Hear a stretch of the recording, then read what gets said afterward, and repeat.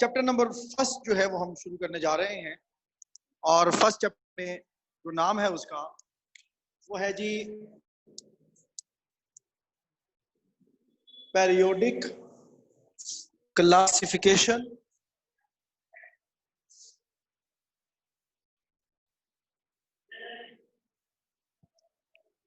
Of elements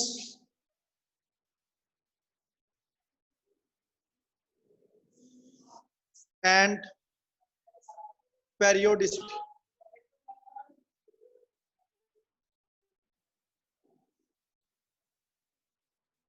कल कुछ बात जो है वो इस पर हो गई थी हमारी कि इस चैप्टर में हमने क्या पढ़ना है और कौन कौन सी चीजें हैं जो हम इस चैप्टर में कवर करेंगे। कल ये बात हमने कर ली थी। बाकायदा तौर पे हम चैप्टर का आगाज करने जा रहे हैं। सबसे पहले जो यहाँ लिखा हुआ है कि classification of elements and periodicity, मैं इसी लेक्चर में आगे जाकर आपको बताऊंगा ये पेरियोडिक का मतलब क्या होता है। बहरहाल स्टार्ट हम इसे करते हैं कि केमिस्ट्री एक बहुत वास्ट सब्जेक्ट है और इसमें बहुत सारे एलिमेंट्स जो हैं आप उनके बारे में पढ़ते हैं। तो किसी भी इस तरह के सब्जेक्ट को आसानी से पढ़ने के लिए ये जरूरी होता है कि हम उसको थोड़ा अरेंज कर लीजिए। तो एलिमेंट्स के हवाले से भी यही बात है कि एलिमेंट्स को अगर रैंडमली आप रखें तो एक तो इनको पढ़ना मुश्किल होगा, दूसरा इनकी प्रॉपर्टीज, इनका आपस में रिलेशनशिप क्या है, इसको भी डिटरमिन करना बहुत मुश्किल हो जाए। तो जरूरी होता है कि हम चीजों को क्लासिफिकेशन की तरफ लेकर जाएं। और क्लासिफिकेशन का वर्ड आप लोगों के लिए नया नहीं है। आपने मैट्रिक में, बायोलॉजी में, फर्स्ट ईयर में और इसी तरह के सब्जेक्ट्स में आपने क्लासिफिकेशन पढ़ी होती है। क्लासिफिकेशन का मतलब क्या होता है, मुख्तलिफ क्लासेस में अरेंज करना किसी भी चीज को, दिस इज कॉल्ड क्लासिफिकेशन। जैसे मैंने कहा है कि एलिमेंट्स की हम बात कर रहे हैं केमिस्ट्री में, तो इनको अरेंज करना बहुत ज्यादा जरूरी है। और ये अरेंजमेंट को इतनी आसान और बेढंग नहीं होती, रैंडम नहीं होती, बेहंगम नहीं होती। इसके पीछे बहुत लॉजिक्स और इसके पीछे बहुत कॉन्सेप्ट होते हैं।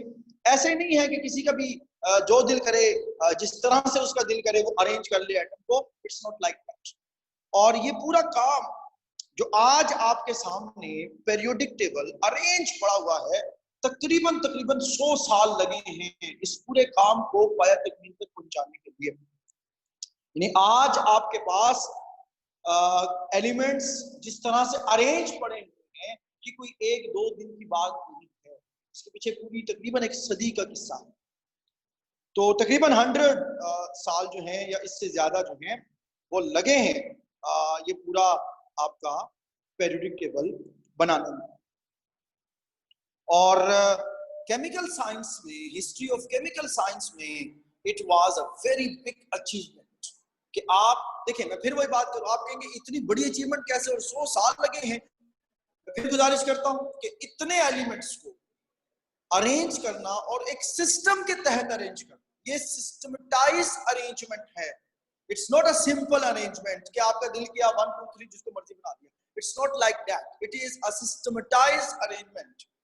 There are logics behind the arrangement. ठीक है, उसके पीछे लॉजिक्स हैं, उसके पीछे कॉन्सेप्ट्स हैं, उसके पीछे वजूहात हैं, रीजंस हैं। ठीक है, तो उनकी बुनियाद पर इन एलिमेंट्स को अरेंज किया गया और फिर एक खास बेसिक फ्रेमवर्क की शक्ल दे दी गई, एक खास बेसिक पैटर्न की शक्ल दे दी गई, जो कल मैंने बना के दिखाया था कि अगर आप पेरियोडिक टेबल को देखें तो पेरियोडिक टेबल का जो नक्शा है वो आमतौर पे आपको इस तरह का दिखता है।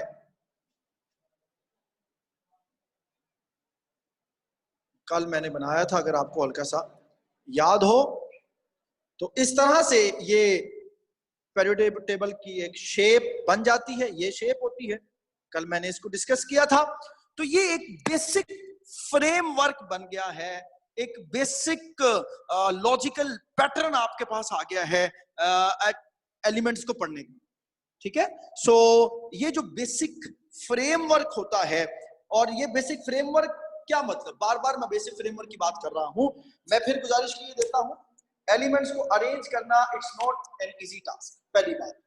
दूसरी बात ये है अरेंजमेंट कैसे हुई है। अरेंजमेंट का मतलब क्या है? अरेंजमेंट का मतलब है आपके पास इतने सारे एलिमेंट्स पड़े हुए हैं, आपने उनको अरेंज किया है, तो कैसे अरेंज किया, कैसे आपने किसी ऑर्डर में रखा है, असेंडिंग ऑर्डर है, डिसेंडिंग ऑर्डर है, या कोई और चीजें हैं। देखें, we are not going to study the mathematics जिसमें हम नंबर्स की बात करें, असेंडिंग डिसेंडिंग ऑर्डर की बात नहीं है। यहां इंपॉर्टेंट बात जो सबसे पहले साइंटिस्ट ने ज़हन में रखी थी, that are the properties of the elements. Properties में भी फिजिकल और केमिकल बताया हुआ है मैंने आपको, what are the chemical properties and what are the physical properties. मैं एक्सपेक्ट कर रहा हूं कि आपको ये बातें पता होंगी, मेरे फर्स्ट ईयर के लेक्चर्स को देखिए तो आपको पता चल जाएगा, डिटेल से मैंने बात की हुई है। बहरहाल तो ये एक बेसिक फ्रेमवर्क बना है एलिमेंट्स का, जब आपने अरेंज किया है, और वो अरेंजमेंट किस बुनियाद पर है? फिजिकल और केमिकल प्रॉपर्टीज की बुनियाद पर है। और ना सिर्फ एलिमेंट्स बल्कि उनके कंपाउंड्स के बारे में अगर आपने पढ़ना हो कि कंपाउंड्स कैसे बनेंगे, तो this periodic table can help you. ठीक हो गया जी। अब हम चलते हैं हिस्टोरिकल बैकग्राउंड के ऊपर कि ये कैसे हो गया, अरेंजमेंट जो है वो कैसे हुई। हम इतनी ज्यादा डिटेल में तो नहीं आपको लेकर जाएंगे कि हम आपको एक एक चीज बताएं कि पीरियोडिक टेबल क्या पहले दिन से इसी शक्ल में था। नहीं, पहले दिन से इसी शक्ल में नहीं था। पीरियोडिक टेबल की बहुत सारी फॉर्म्स थी, कभी किसी ने सर्कुलर फॉर्म में अरेंज कर दिया, किसी ने किस फॉर्म में अरेंज किया, हर साइंटिस्ट ने कोशिश की अरेंजमेंट की, ठीक है। तो ये मुख्तलिफ, इसलिए मैंने कहा है ये पूरी एक सदी का किस्सा है, 100 years लगे हैं इनको इस फॉर्म में पहुंचने के लिए। So we are not going to discuss every pin point of this arrangement. हम सिर्फ मोटी मोटी 3-4 लोगों के नाम ले रहे हैं जिनकी कंट्रीब्यूशन बहुत ज्यादा इंपॉर्टेंट है और जो कि आपको पता होनी चाहिए। डिटेल में नहीं जा रहे, लेकिन एक ओवरव्यू हिस्टोरिकल बैकग्राउंड का मैं आपको देने जा रहा हूं। इसमें सबसे पहले जो मेमोरेबल कंट्रीब्यूशन है इस फील्ड के अंदर वो है अर-राज़ी, ठीक है। अर-राज़ी एक साइंटिस्ट हैं जिन्होंने सबसे पहले फर्स्ट एवर क्लासिफिकेशन की है, अरेंज किया है एलिमेंट्स को, दैट इज अर-राज़ी, ठीक है। अर-राज़ी ने अरेंजमेंट की, फिजिकल और केमिकल प्रॉपर्टीज को देखा, और उसने जब फिजिकल और केमिकल प्रॉपर्टीज को देखा उनके मुताबिक उसने इन एलिमेंट्स को अरेंज किया। ठीक हो गया। मैं फिर रिपीट करता हूं, we are just going to study the overview of a historical background of the periodic table, how this periodic table was established, how it was formed, and how many scientists who has made the contribution and memorable contribution designing this periodic table। तो हम मोटे मोटे बातें कर रहे हैं, main scientist को discuss करेंगे। 4 हमने डिस्कस करने हैं मेन साइंटिस्ट, जिसमें हम सबसे पहले हम किसकी बात कर रहे हैं जी? अर-राज़ी की बात कर रहे हैं। ठीक हो गया जी। अर-राज़ी ने सबसे पहले एलिमेंट को अरेंज किया on the basis of the physical और केमिकल प्रॉपर्टीज। जो मैं पहले कह चुका हूं कि arrangement is not just throwing stone in the air, हवा में पत्थर नहीं फेंकता कि बस तुक्का लगा दिया अरेंज हो गया। There must be some logic behind the arrangement। ठीक हो गया।